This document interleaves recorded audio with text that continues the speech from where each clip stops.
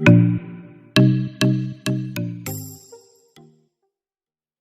यहाँ पे हम लोगों ने क्वेश्चन नंबर 2 ले लिया है एक्सरसाइज 6.11 का, जिस बेसिकली हमें डिफरेंशियल इक्वेशन दी गई है और डिफरेंशियल इक्वेशन का सोल्यूशन करना है। तो चलिए स्टार्ट करते हैं। तो सबसे पहले सोल्यूशन लिखा।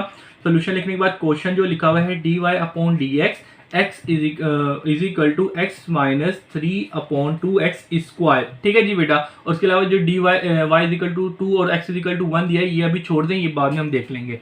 बेटा जो इक्वेशन दी गई थी, डिफरेंशियल इक्वेशन दी गई थी, वो लिख लिया। अब इसके बाद हम क्या करेंगे कि भाई डी वाई इधर ही रहने देंगे, जो डी एक्स इधर डिवाइड में उसको उस साइड पे भेज देंगे। तो भाई ये ज़रा कुछ ऐसे बन जाएगा 2x की पावर 2 और ज़रा देखें ये मल्टीप्लाई आ जाएगा डी एक्स से, यानी कि डी एक्स डिवाइड में था वो मैंने इससे मल्टीप्लाई कर दिया। अब अगला स्टेप क्या करना है ज़रा वो देखें। बेटा अगले साइड में हम यहाँ पे करेंगे take integration on both side. ठीक है जी बेटा। तो टेक इंटीग्रेशन, ठीक है जी, take integration on both side, दोनों साइड पे हम साइन ऑफ इंटीग्रेशन लेंगे। तो चलिए जी लेते हैं। तो भाई साइन ऑफ इंटीग्रेशन जब दोनों साइड पे लिया तो ये कुछ इस तरीके से बन जाएगा।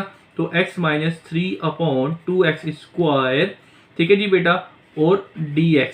समझ गए बेटा। अब हम जरा देखें आगे क्या करेंगे। साइन ऑफ इंटीग्रेशन आ गई, यानी कि एंटी डेरिवेटिव बोथ साइड लेने हैं। इधर कुछ नहीं है तो इधर हम 1 खुद ही लिख दिया करेंगे, यानी कि यहाँ पे 1 का एंटी डेरिवेटिव लेना है और यहाँ पे इस टर्म का एंटी डेरिवेटिव लेना है। लेकिन इसका आगे एंटी डेरिवेटिव लेने से पहले इसको थोड़ा सा सीधा करके लिख दूं ताकि इसका एंटी डेरिवेटिव हम इजीली ले सकें। अब वो सीधा क्या करके लिखूंगा जरा देखें। ये x का ऐसे ही रहा, यहाँ पे माइनस 3/2 जो लिखा है वो यहाँ रहा। बेटा यहाँ पे जरा देखिए एक्स स्क्वायर है, इस एक्स स्क्वायर को मैं ऊपर लेके जाऊंगा, एक्स की पावर -2 कर दूंगा। क्यों कि भाई डोमिनेटर में एक्स स्क्वायर का मैं एंटी डेरिवेटिव नहीं ले सकता, तो प्लस का ऊपर जाके माइनस का साइन हो जाएगा, यानी कि इसके ऊपर एंटी डेरिवेटिव मैं इजीली लगा सकूंगा। तो इसलिए मैंने इसको ऊपर कर दिया है। लेकिन जब ऊपर किया तो इसकी पावर प्लस में थी तो ऊपर जाके माइनस में हो गई। ठीक है ना बेटा, सिंपल। तो अब जरा देखिए ये आपका क्वेश्चन हो गया बिल्कुल सीधा। अब हम एंटी डेरिवेटिव लेना स्टार्ट करते हैं। तो भाई 1 का एंटी डेरिवेटिव क्या हो गया, y। सही है बेटा, आगे चलते हैं। x का एंटी डेरिवेटिव लेंगे तो पावर के अंदर एक जमा किया और वही इसके डिवाइड में कर दिया। अब इसके आगे चलते हैं। बेटा यहाँ पे क्या लिखा है 3/2। अब जरा देखिए ये क्या लिखा हुआ है -2 है, तो इसके अंदर एक जमा करेंगे तो क्या बन जाएगा -1 और वही इसके डिवाइड में आ जाएगा। ठीक है जी बेटा, जो पावर बनेगी वही डिवाइड में कर देंगे। तो सिंपल इसका आपका एंटी डेरिवेटिव भी आ गया। And plus c, anti derivative की जो निशानी है कि भाई एंटी डेरिवेटिव ले लो और एंड में हम प्लस सी कांस्टेंट नंबर जो होता है वो लिख देते हैं। तो ये हो गई कहानी सीधी। अब हम इसको थोड़ा सीधा करके लिख देते हैं। कैसे कि भाई y is equal to x square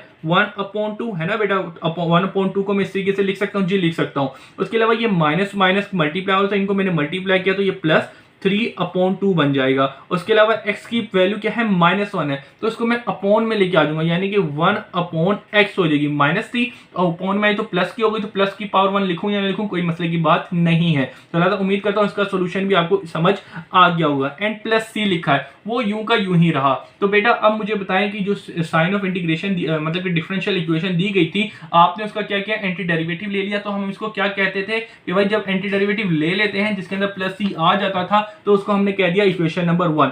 फिर इसके बाद आगे क्या करना है, फिर इसके बाद हम लोगों ने आगे लिखना है according to given condition. According to given condition क्या दी गई हमें भाई, गिवन कंडीशन हमें दी गई है कि भाई y इज इक्वल टू 2, ठीक है जी, y is equal to 2 and x is equal to 1। ठीक है जी बेटा, ये कंडीशन दी गई। तो इसका मतलब ये है कि इसको हम काम कर पुट करेंगे भाई, put in equation 1, y is equal to 2 और x इज इक्वल टू 1 जो है इक्वेशन के अंदर पुट करेंगे। तो भाई जरा देखिए y लिखा है तो y की वैल्यू क्या है 2 है, वो मैंने 2 लिख दी। इज इक्वल टू 1/2 x लिखा है, तो x की वैल्यू हमने क्या पुट करनी है, जो गिवन कंडीशन दी है 1 पुट करनी है। फिर चलते हैं प्लस 3/2 1/x लिखा हुआ है। ठीक है जी, तो 1/x, x की वैल्यू क्या लिखनी है 1 एंड प्लस सी, सिंपल। तो बेटा जो आपको क्वेश्चन दिया गया था उसके अंदर जहां जहां x था जहां जहां y था, अकॉर्डिंग टू गिवन कंडीशन जो हमें कंडीशन दी गई थी वो वैल्यूज हमने पुट कर दी। अब इसकी करते हैं सिंप्लीफिकेशन। तो जरा देखें 2 इज इक्वल टू 1 की पावर 2 ली तो 1 आ गया, 1 को 1/2 से मल्टीप्लाई किया तो 1/2 बन गया। फिर क्या करते हैं 1 को 1 से डिवाइड किया 1 ही आएगा, और 1 को 3/2 से मल्टीप्लाई किया तो भाई ये 3/2 ही आएगा। एंड प्लस सी जो लिखा है वो यूं का यूं ही रहा। अब हम आगे क्या कर सकते हैं जरा वो देखें। बेटा यहाँ पे बेसिकली हमें आपको पता है सी की वैल्यू चाहिए, तो लिहाजा मैं क्या करूँगा, ये प्लस का उधर जाके माइनस का, ये प्लस है उधर जाके माइनस का, तो जरा देखिए क्या करेंगे, 2 माइनस 1/2 प्लस है उधर जाके माइनस का 3/2 इज इक्वल टू सी। अब इसको थोड़ा सीधा करके भी लिख देते हैं, ठीक है ना बेटा, ताकि आपको इजी लगे हर चीज। तो भाई 2 माइनस 1/2 माइनस 3/2, ठीक है जी बेटा, सिंपल, बस इसको सीधा करके लिख दिया। अब बच्चों हम यहाँ पे क्या करेंगे बेटा, अब हम लेंगे इसका एलसीएम। तो भाई इसका एलसीएम लेने के लिए मैं कैलकुलेटर का यूज कर लेता हूं, अगर आप डायरेक्ट ले सकते हैं तो ले लें, क्योंकि अक्सर बच्चे क्या करते हैं एलसीएम लेने में गलती कर देते हैं या अच्छा खासा टाइम लगा देते हैं। तो भाई जब आपके पास कैलकुलेटर मौजूद है तो भाई आप अपना ज्यादा ना टाइम लगाएं, अपने कैलकुलेटर में पूरी 2 मिनट के अंदर वैल्यू डालें और अपना आंसर ले लें। तो सेम जो वैल्यू थी वही मैंने कैलकुलेटर के अंदर डाल दी, इसको इक्वल किया, तो बेटा यहाँ पे मेरे पास क्या आया, इक्वल टू 0 आ गया, ठीक है जी बेटा। तो सी की वैल्यू यहाँ पे मेरे पास क्या बनी, सी इज इक्वल टू 0। अब हम क्या करेंगे, पुट इन इक्वेशन 1, जो सी की वैल्यू आती है इक्वेशन 1 के अंदर पुट कर देते हैं। तो चलें जी कर देते हैं। तो भाई इक्वेशन 1 क्या लिखिए, ये y is equal to 1/2 x square plus 3/2 1/x and plus C. तो सी की वैल्यू क्या है, 0, तो आपने 0 पुट कर दी। अब जरा देखिए यहाँ पे हम क्या कर सकते हैं, y is equal to 1/2 x square plus 3/2 1/x plus 0। तो 0 आपको पता ऑटोमेटिकली खत्म हो जाएगा, तो इसके अंदर जब ऐड करेंगे यही फॉर्म बन रही होगी। तो भाई this is your final answer, ठीक है जी बेटा। बिल्कुल वही काम है जो हम पहले क्वेश्चन नंबर 1 के अंदर किया था, अब क्वेश्चन नंबर 2 में कर रहे हैं और आगे भी यही काम करते रहेंगे। तो उम्मीद करता हूं कि कैसे आपने एक डिफरेंशियल इक्वेशन को सोल्यूशन करना होता है, सारी चीजें आपको इजीली समझ आ रही होंगी, ठीक है जी स्टूडेंट। तो चले जाएं अब अगला क्वेश्चन करते हैं। तो यहाँ पे हम लोगों ने क्वेश्चन नंबर 3 ले लिया है एक्सरसाइज 6.11 का, जो कि आपके पास पेपर में आया हुआ है। बेसिकली यहाँ पे आपको डिफरेंशियल इक्वेशन दी गई है जिसका आपने सोल्यूशन करना है। तो चलिए जाए स्टार्ट करते हैं। तो भाई सोल्यूशन लिखा, सोल्यूशन लिखने के बाद जो क्वेश्चन दिया हुआ है dy/dx is equal to x plus sine x, तो वो ऐसे का ऐसे लिख दिया। अब इसके बाद हम क्या करेंगे इसके सोल्यूशन के लिए, कि जरा देखिएगा एक्स प्लस साइन एक्स था, यहाँ पे dx से डिवाइड होता है, इज इक्वल टू की साइड पे आके मल्टीप्लाई हो गया। फिर इसके बाद हम यहाँ पे क्या करेंगे कि भाई take sign of integration, take sign of integration on both side, ठीक है जी, बोथ साइड पे साइन ऑफ इंटीग्रेशन लेंगे, या take anti derivative on both side, जो आपका दिल करे वो इजीली लिख दें। तो भाई साइन ऑफ इंटीग्रेशन या एंटी डेरिवेटिव इससे प्रेजेंट करते हैं, तो वो दोनों साइड पे हम लोगों ने ले लिया है, ठीक है जी बेटा, सिंपल।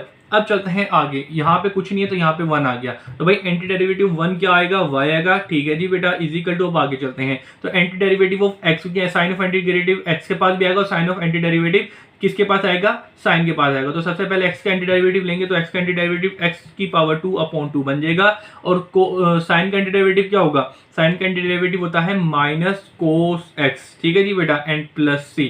तो सिंपल इस टर्म का जो एंटी डेरिवेटिव था वो आपके पास मौजूद आ गया। अब इसके अलावा इसके अंदर मजीद कोई सिंप्लीफिकेशन कर सकते हैं, कुछ खास तो नहीं कर सकते, तो लिहाजा इसको मैं ऐसे करके बस लिख देता हूं, ताकि आपकी जो बुक के पीछे आंसर है वही आपके साथ मैच कर दे, वरना जरूरत नहीं आप इसके बाद इसको डायरेक्ट यानी कि जो काम करते हैं वो कर देते हैं। थोड़ी सी अरेंजमेंट जो करनी थी वो कर दें, अगर नहीं करनी होती तो आप इसको ऐसे भी छोड़ सकते हैं। तो हम इसको हम क्या कहते हैं, इक्वेशन नंबर 1।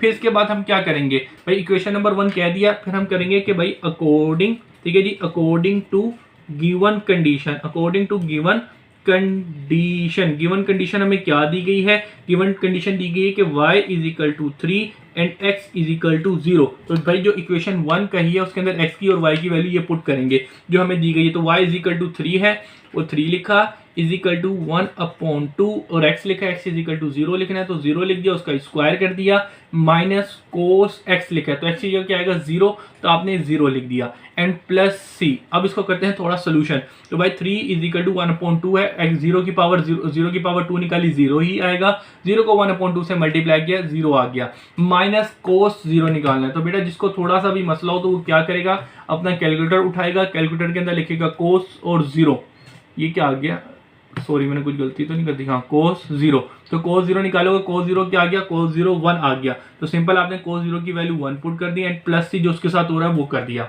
अब हम आगे क्या कर सकते हैं, 3 इज इक्वल टू -1 प्लस सी। आपको पता है यहाँ से आपको सी की वैल्यू चाहिए, तो ये माइनस का इज इक्वल टू को साइड पे जाके प्लस का हो जाएगा।